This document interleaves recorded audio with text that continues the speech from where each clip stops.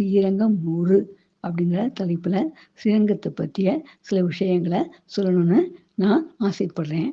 இப்போது ஸ்ரீரங்கம் 100 அப்படின்னாக்க ஸ்ரீரங்கத்தை பற்றி சொல்கிறதுக்கு 100 விஷயம்தானா இருக்குது?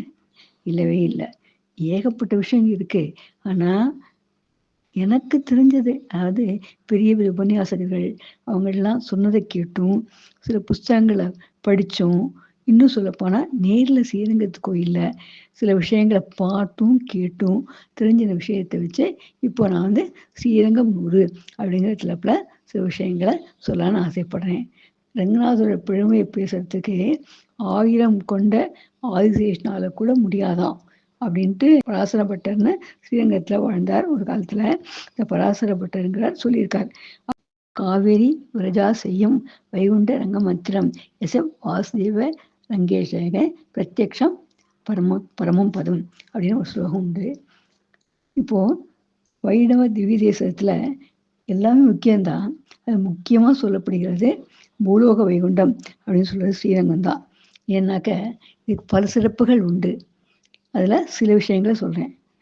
இதை காவேரி கொள்ளிடம் ரெண்டுக்கும் இடைப்பட்ட பிரதேசம் தான் ஸ்ரீரங்கம்.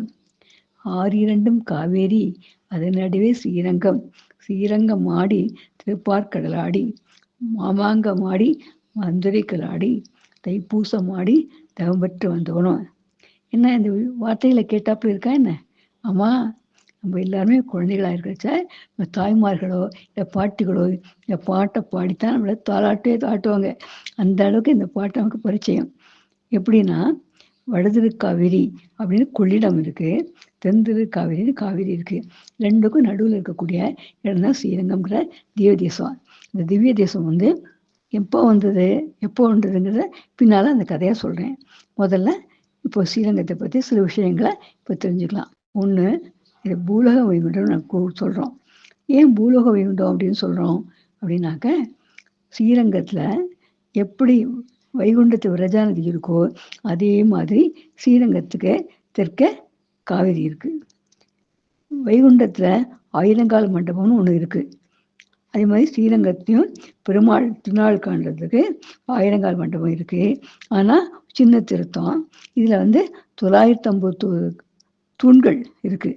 அந்த மண்டபத்தில் 951 தூண்கள் இருக்குது.